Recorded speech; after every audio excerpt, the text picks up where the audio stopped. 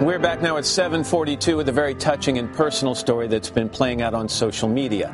NPR radio host Scott Simon tweeting from his mother's bedside as she lay dying in a Chicago hospital. NBC's Kevin Tibbles has more on that now. Kevin, good morning to you. Matt, I'd never met Scott Simon before in person until now, but it's as if we're old friends after spending years listening to his weekly radio broadcast Weekend Edition on NPR. But these days, many people are following him on Twitter as he stands vigil by his mother's bedside. Hi, I'm Scott Simon of NPR. Scott Simon's analysis and thoughtful voice weren't there for me on the radio Saturday morning over coffee. Instead, he is here at Chicago's Northwestern Memorial Hospital. My mother and me together, looking, I don't want to say just death in the eye, but looking life in the face. Scott's 84-year-old mother, Patricia, has been fighting for her life, suffering with cancer, a battle she lost overnight.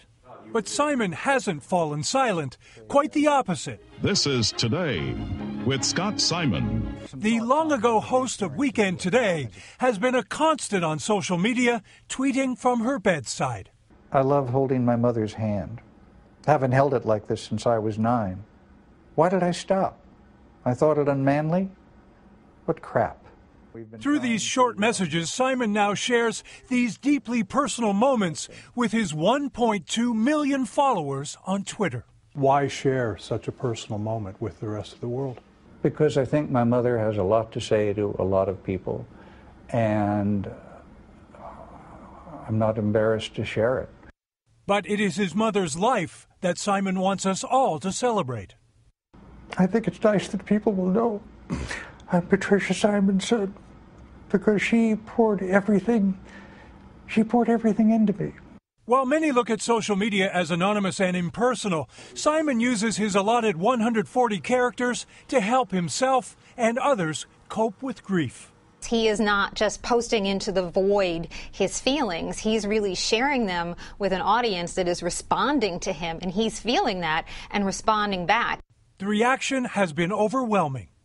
Is it weird to tweet from your mother's deathbed? No, it's real and moving and lovely. Thank you, NPR Scott Simon, for sharing your love. Although there has been some negative reaction.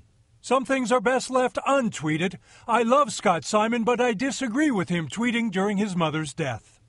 I tell you, death is a universal experience. And yet we don't talk about it. This is something we've got to figure out how to live with, how to both struggle with, struggle against, and finally accept. Simon has also shown us the humorous side of their relationship. I know end might be near. As this is only day of my adulthood, I've seen my mother and she hasn't asked, why that shirt? I'm so glad she can't. I've been buying a new one every day, and I am. Lifelong memories and a painful process, shared in such a public and poetic way. I am getting a life's lesson about grace from my mother in the ICU. We never stop learning from our mothers, do we? It was after our interview that Scott Simon returned to his mother's room, eventually tweeting overnight, "The heavens over Chicago have opened, and Patricia Lyons Simon Newman has stepped on stage." No doubt he was there holding her hand as she left on her journey. Guys, back to you. Kevin Tibbles in Chicago. Kevin, first thought is obviously our condolences go out to Scott and his family. Second thought is we know him from his days here. He is such a smart and thoughtful guy, and I love what he did. I think having been with both of my parents when they passed, the idea that he's helping other people, I think, deal with that is immeasurable. It's such a tribute to her, too. If you read through the feed, each post is so poetic. It's a little vignette. It says something wise and profound, and I think it's an honor to her. 140 characters I don't think ever meant so much as it did. Yeah, but also he's the only one who really knew his mom, and I think if he felt his mom would have objected to this in any way, he clearly wouldn't have done it. But again, we can all learn from it, too. It's true.